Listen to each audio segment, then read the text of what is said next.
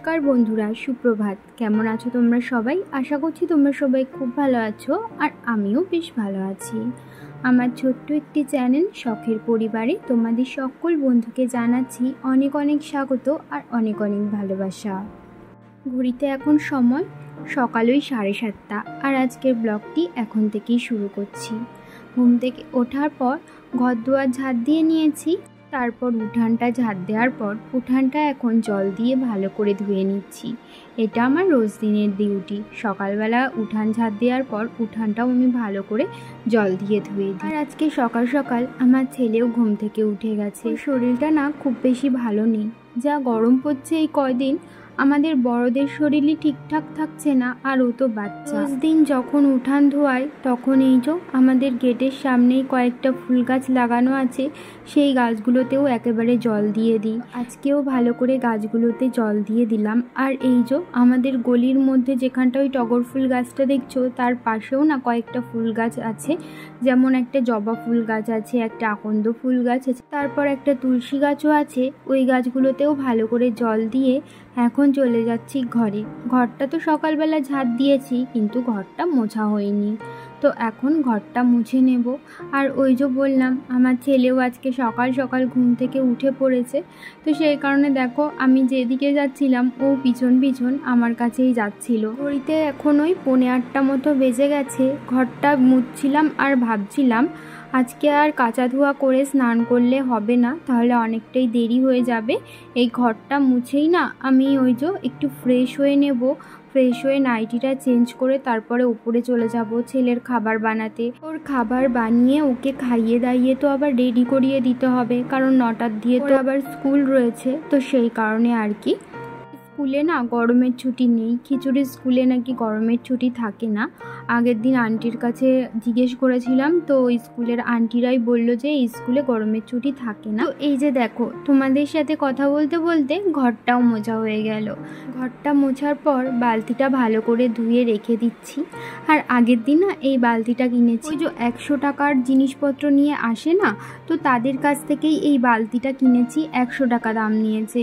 বেশ মজবুত জানো তো বালতিটা। আগেও আমার একটা বালতি ছিল, ওই বালতিটা সফেদে পেয়েছিলাম, তো ওই বালতিটাও বেশ ভালোই মজবুত ছিল, কিন্তু ওই বালতিটা না ফেটে গেছে, তো সেই কারণে একটা বালতির খুব প্রয়োজন ছিল, তো সেই জন্য এই বালতিটা কিনে নিয়েছি।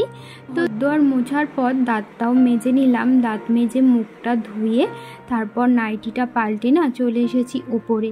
আর ওপরে এসে সবার প্রথমে ফ্রিজ থেকে দুধটা বার করে নিলাম, কারণ ওই যে বললাম ছেলের জন্য খাবার বানাবো, তো সেই কারণে সকালবেলা ওকে ওটস খাওয়াই, তো সেটাই এখন রান্না করে নেব।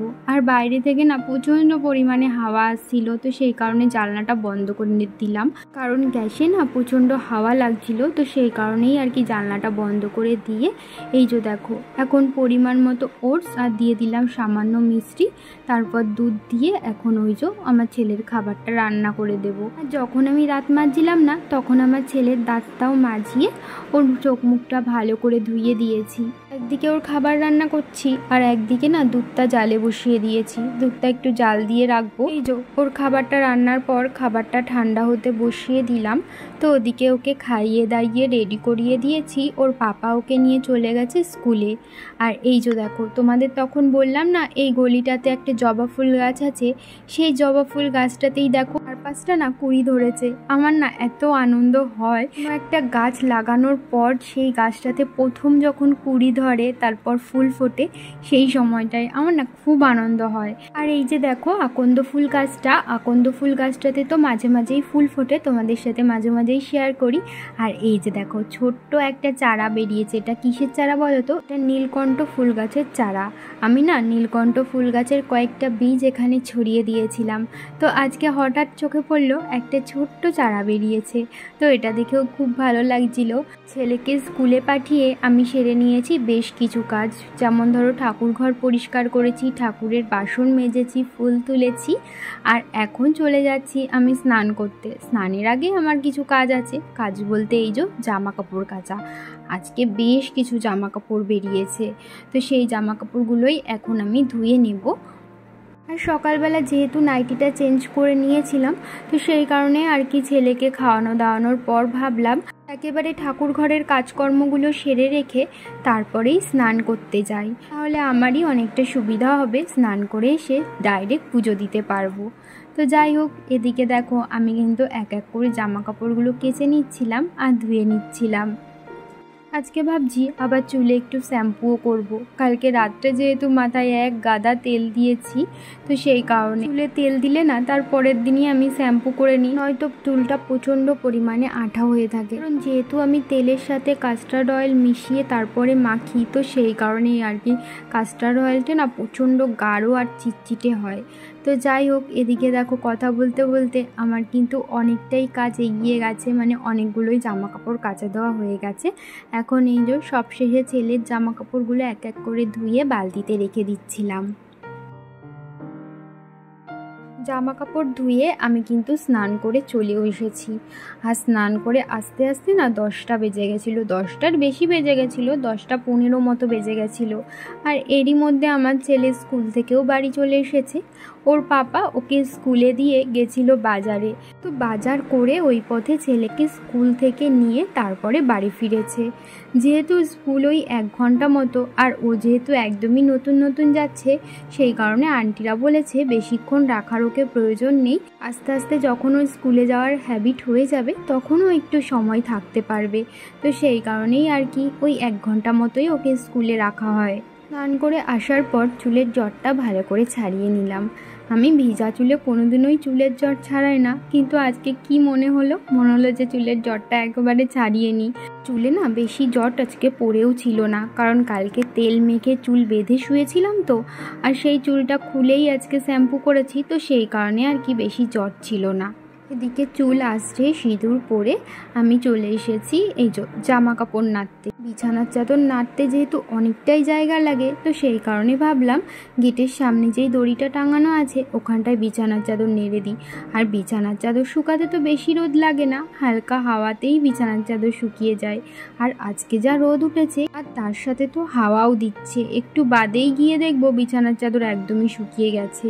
যাই হোক, নিচে বিছানার চাদর মেলে দিয়ে চলে আসলাম ওপরে বারান্দায়। আর বারান্দায় এসেও দেখো জামা কাপড় নেড়ে দিচ্ছি। আজকে বেশ ভালোই জামা কাপড় হয়েছিল, পুরো বারান্দা ভর্তি হয়ে গেছিলো জামা কাপড়ে। জামা কাপড়টা মেলে দিয়ে আমি সোজা চলে যাব ঠাকুর ঘরে। আর একটুও দেরি করলে হবে না, কারণ এমনিতেই অনেকটাই দেরি হয়ে গেছে।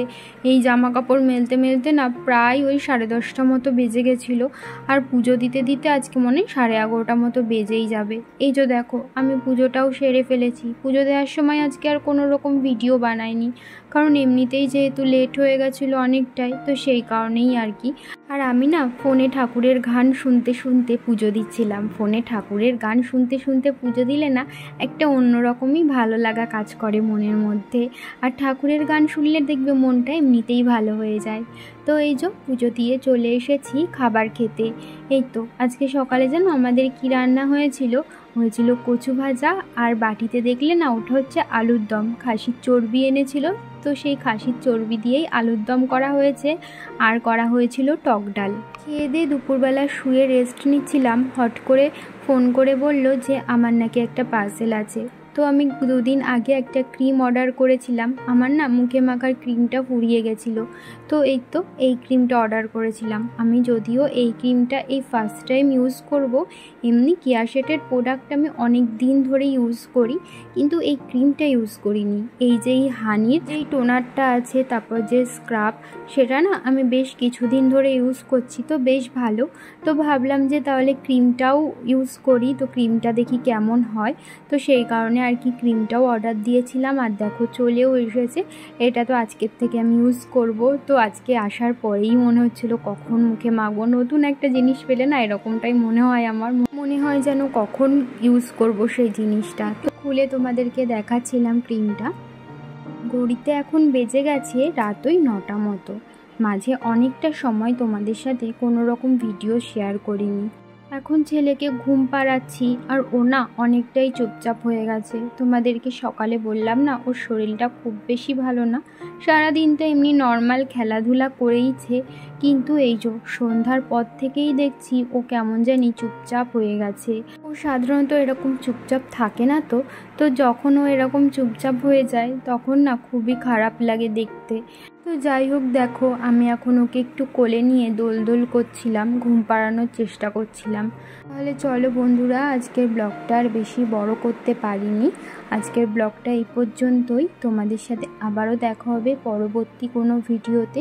ততক্ষণের জন্য তোমরা ভালো থেকো, সুস্থ থেকো, সাবধানে থেকো, আর আমার এই ছোট্ট চ্যানেলটির পাশে থেকো। ভিডিওটি ভালো লাগলে একটি লাইক করে দিও, আর চ্যানেলটিকে কিন্তু সাবস্ক্রাইব করতে একদমই ভুলো না।